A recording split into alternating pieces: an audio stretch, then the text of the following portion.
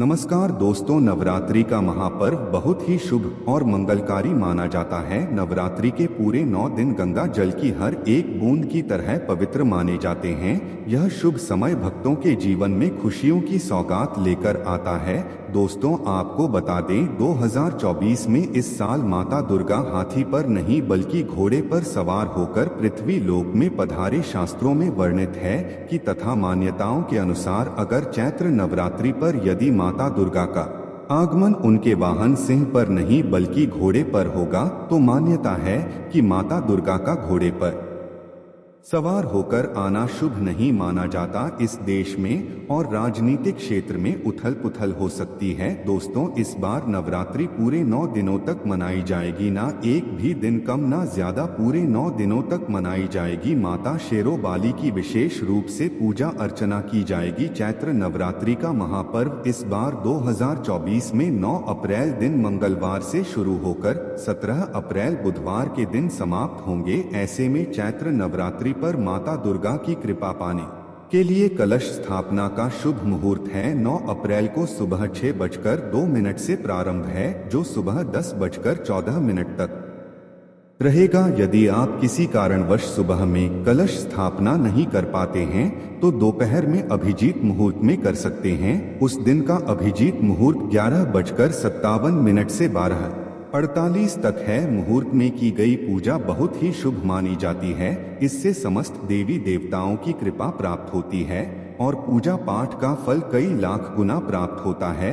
ऐसे में जो व्यक्ति नवरात्र आने से पहले घर से यह चीजें हटा देता है तो उसके घर में माँ वैष्णव का होगा आगमन, माता लक्ष्मी का होगा वास, माँ शेरोवाली आपकी झोली खुशियों से भर देंगी। इसीलिए नवरात्र आने से पहले घर से यह चीजें फौरन हटा दे। दोस्तों, आज हम कुछ ऐसे ही गलतियों के बारे में जानेंगे जो अगर आपके घर में भी होती हैं तो माता लक्ष्मी कभी नहीं करती ऐसे घर में प्रवेश। फिर चाहे आप कितनी ही पूजा पाठ कर लो, माता लक्ष्मी ऐसे घर में कभी नहीं आती। ऐसे घर से देवी देवता भी हमेशा रहते हैं नाराज। दोस्तों, पूरी जानकारी को देखने के लिए इस वीडियो को अंत तक जरूर देखें। सच्ची श्रद्धा से कमेंट बॉक्स में लिखें हर हर महादेव, ओम नमः शिवाय महादेव के लिए एक लाइक तो बनता है। दोस्तों, सबसे पहले नवरात्रि के पहले ही मंदिर की अच्छी तरह से साफ सफाई कर ले। मंदिर के अंदर अगर पुरानी मालाएं हैं, टूटी फूटी मूर्तियां हैं, उसके साथ ही खाली माचिस के डिब्बे रखे हुए हैं तो उन्हें बाहर फेंक दें तथा टूटी मूर्ति को किसी नदी में प्रवाहित कर दें। घर में छोटे बच्चों को नवरात्रि का व्रत नहीं रखना चाहिए, इससे उनकी जान को खतरा हो सकता है क्योंकि इस व्रत में शरीर को अधिक शक्ति की जरूरत होती है। माता शेरोवाली की तस्वीर अगर कांच के फ्रेम की है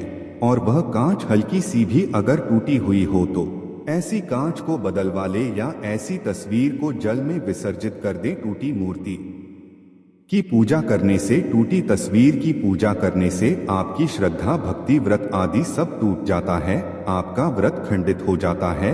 दोस्तों, नवरात्रि के 9 दिन बहुत ही पवित्र होते हैं। नवरात्रि के इन 9 दिनों में आचार विचार और घर को साफ और पवित्र रखना अति आवश्यक है। इसीलिए नवरात्रि के 9 दिनों में ब्रह्मचर्य का पालन किया जाता है और तामसिक भोजन ग्रहण नहीं किया जाता। नवरात्रि के 9 दिनों में माता रानी के भक्तों को प्याज, लहसुन, मांस, मदिरा और अंडे से दूर रहना चाहिए। अधिकतर भक्त इन नियमों का पालन भी करते हैं, लेकिन वो एक गलती कर बैठते हैं। वो नवरात्रि के 9 दिनों में अपने घर इन अपवित्र चीजों को रख लेते हैं।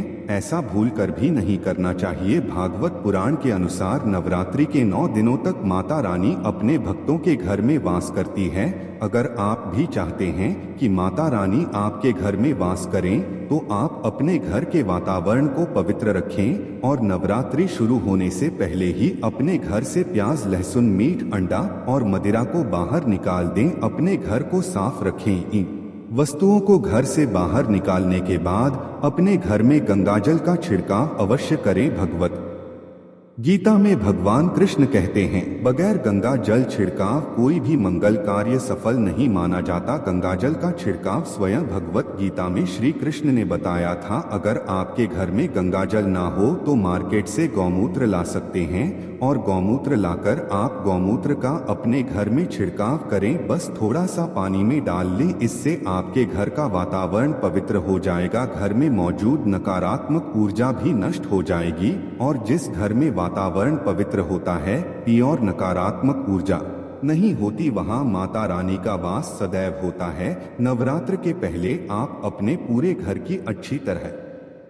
से साफ सफाई कर ले। घर में जो भी फालतू सामान है, फटे पुराने कपड़े, उन्हें बाहर निकाल दें। घर में बेकार पड़ा सामान नकारात्मक ऊर्जा लाता है, इसीलिए गंदगी बिल्कुल भी ना करें। धूप दीप जलाकर वातावरण को स्वच्छ रखें। दोस्तों, माता के आगमन के लिए घर का दरवाजा जरूर सजाना चाहिए, इससे माता आकर्षित होती है और घर के द्वार में प्रवेश करती है। मां के आगमन के लिए द्वार को फूलों से सजाना चाहिए। दोस्तों, कई लोग ऐसे हैं जो माता रानी की चौकी कागज बिछाकर बनाते हैं, जो कि बिल्कुल गलत माना गया है। माता की चौकी के लिए आप नीचे लाल कपड़ा ही बिछाएं। काला कपड़ा और सफेद कपड़ा भूलकर भी नहीं बिछाना चाहिए। ध्यान रखें, कपड़ा फटा भी नहीं होना चाहिए। दोस्तों, अगर आपके घर में देवी देवताओं की खंडित मूर्तियां या फटा हुआ चित्र अगर हो तो उसे किसी पवित्र नदी में विसर्जित कर दें, क्योंकि ऐसी मूर्तियां और चित्र दुर्भाग्य लाती हैं।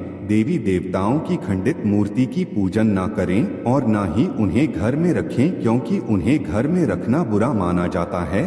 दोस्तों, वहीं अधिकतर लोग अपनी छत पर या अपने घर के मुख्य दरवाजे के आसपास कबाड़ इकट्ठा कर देते हैं। ऐसा करना अशुभ माना जाता है।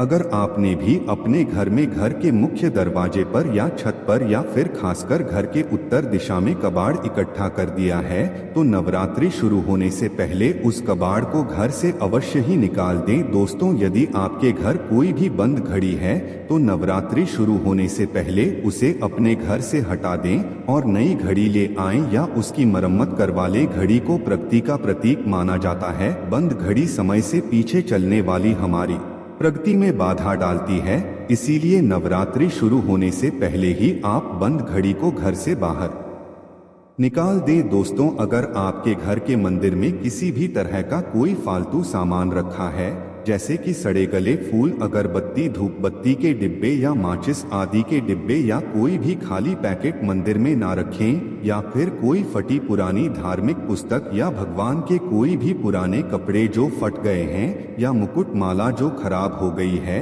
तो उन्हें आप जितना जल्दी हो सके अपने मंदिर से हटा दें। नवरात्रि से पहले आप अपने मंदिर की और मंदिर के आसपास की साफ सफाई अवश्य ही करें, तभी माता रानी की चौकी स्थापित करें। इसके साथ ही आप अपने धन रखने के स्थान की सफाई भी अवश्य करें, क्योंकि नवरात्रि के दौरान माता लक्ष्मी भी गृह प्रवेश करती है। धन रखने के स्थान पर किसी भी तरह का कोई भी फालतू सामान, टूटा हुआ सामान ना रखें। धन रखने के स्थान को मंदिर की तरह ही साफ रखें। नवरात्रि के दौरान माता रानी की पूजा में कौड़ियों को शामिल करें। माता रानी के साथ साथ रोजाना कौड़ी का भी पूजन करें। इसके बाद आप कौड़ी को धन रखने के स्थान पर रख दें। ऐसा करने से बरकत हमेशा होती है। अगर आपके पास पुराने जूते चप्पल इकट्ठे हो गए हैं तो नवरात्रि से पहले उन्हें घर से बाहर निकाल दें। पुराने जूते चप्पल की अशुभ होता के कारण ही घर में नकारात्मक ऊर्जा आती है और घर में अशांति और कलह का माहौल रहता है। नवरात्रि आने से पहले घर से जाला निकालना ना भूलें। अगर जिस घर में जाला होता है उस घर में माता रानी कभी वास नहीं करती। साथ ही साथ टूटे फूटे बर्तन अगर घर में पड़े हैं या टूटा हुआ आईना भी अगर घर में हो तो उसे भी निकाल दें। घर में टूटे फूटे ईंट पत्थर भी नहीं रखना चाहिए, इससे माता लक्ष्मी नाराज हो जाती है। अब हम जानते हैं नवरात्रों के दौरान क्या नहीं खाना चाहिए और क्या नहीं पीना चाहिए और कौन सा फल खाने से व्रत संपूर्ण और सफल हो जाता है। दोस्तों, हमारे चैनल को सब्सक्राइब जरूर करें और इस बेल आइकन को दबाना ना भूलें। धन्यवाद। वीडियो के अंत तक बने रहने के लिए। मिलते हैं अगले वीडियो में।